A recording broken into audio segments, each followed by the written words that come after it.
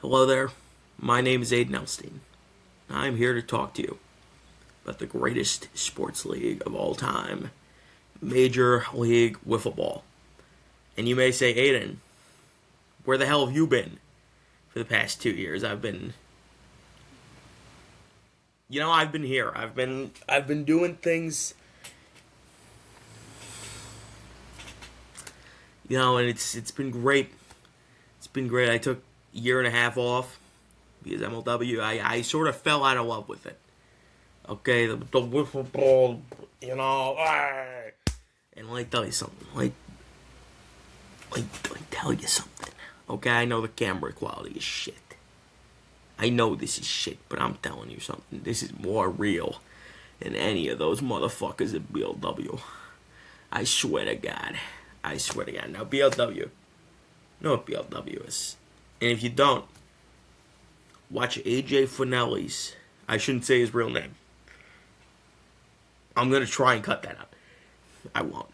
You find AJ Plays and ECK Sports' videos about it. Put it up there. Put it in the description. Let me tell you something. I'm doing the fake Italian accent for no reason. But I'll say, when I found MLW, I was 10 years old. And I thought Drew Davis was the funniest motherfucker on the planet. And I was like, I'm gonna root for the Cobras. Now Drew Davis is gone. When I was 13.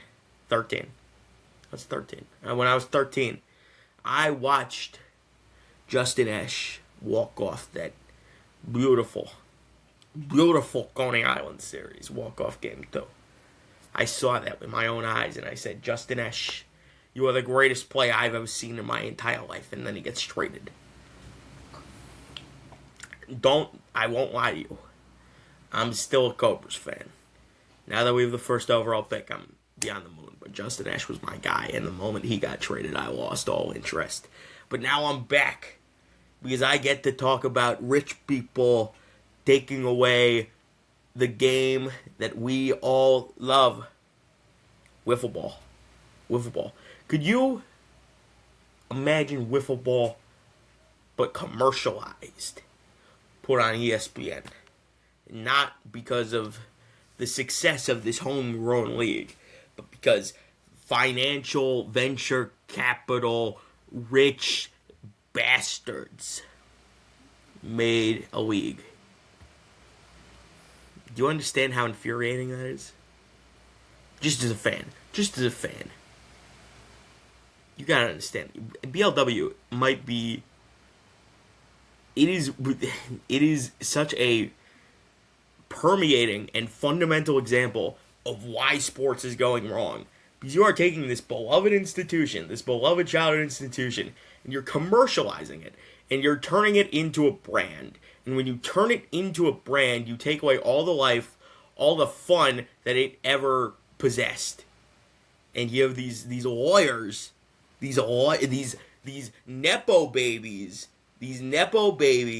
who think that they know shit and think that they know more about what people want than the actual people that have been running leagues for fucking 20 years.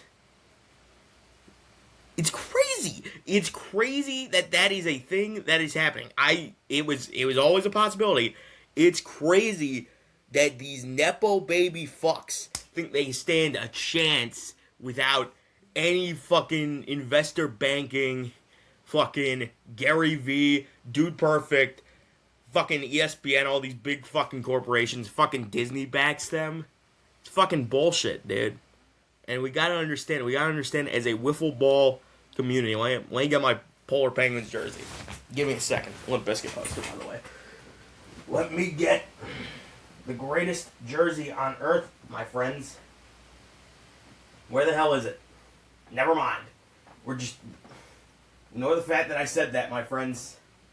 I'll get the second best thing, Mike Piazza. Actually, no, here it is. I found it. See, not everything goes right here. My friends. But look at this. This is what wiffle ball's all about, baby. This is what wiffle ball's all about. Got Polar Penguins, homegrown team. Homegrown team. Made by people that love wiffle ball. Not commercialized. Not, ignore the jerseys. Not commercialized. Not fucking, I don't even know what.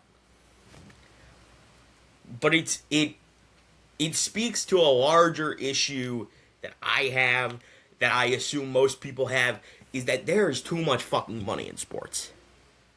And I agree, pay the fucking athletes. You should absolutely pay the fucking athletes. But not to the point where it is degrading the integrity of the sport. I'm a Mets fan. And I will say, no fucking way should we be paying 300, the odd number, how many million fucking dollars per team. That should never be the case. However, we should not let these fucking billionaire owners cheap out at the same time. Salary for salary cap, okay? It's not that hard. It's not that hard to say salary for salary cap. Okay, that side crux. Also, another thing, the fucking gambling. You think BLW's not gonna fucking put gambling ads in their shit? Because they absolutely fucking are. You think they have any integrity? You think they have any reason to not fucking do that? Because if you think you hold them to that moral standard, they are just gonna lower that bar, my friend. And it's all going, unless we band together, we try and stop them, because legally speaking, I'm not allowed to say this, legally they can't do this. There isn't an antitrust exemption for fucking wiffle ball. So, legally, they can't. I'm not a lawyer. Their parents are. I'm not a lawyer, but even, a little sketchy. But let me say, finally, from a fan's perspective, from a purely fan perspective, I know some of the MLW players. I know some of them. I've talked to them. Mostly Evan Trapman and Evan Porter. And I just think it's such a fucking joke. It's such a joke that we have Nepo babies trying to ruin an institutionalized part of the American and Canadian, shout out AJ, and the American experience as a child. Any kid from the past 60 odd years can talk about at least one time where they played wiffle ball with their friends just for fun. And you're trying to take that away. You're trying to commercialize it. You are trying to make it so that you can be a professional wiffle ball league, which is a fucking oxymoron to begin with. But it just